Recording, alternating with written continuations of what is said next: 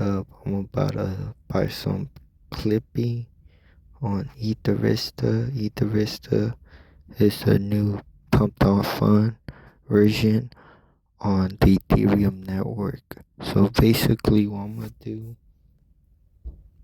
this just for testing purposes, is go on ethervista.app, gotta have some Ethereum, boom.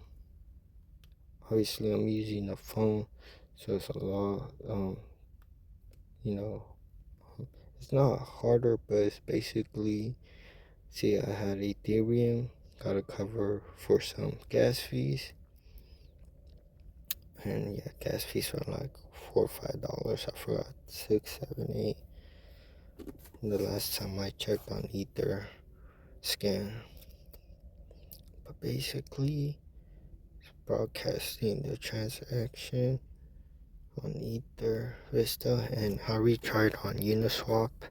There's not a lot of liquidity, so you can only buy a little bit. So the only way you're gonna have to buy it is Ether Vista, and yeah, you're gonna get the most out of it. So don't use Uniswap or other DEX, decentralized exchanges. So okay, transaction completed. Bought some Clippy. This not financial advice, but yeah, just swapping for Etherista on how to do it.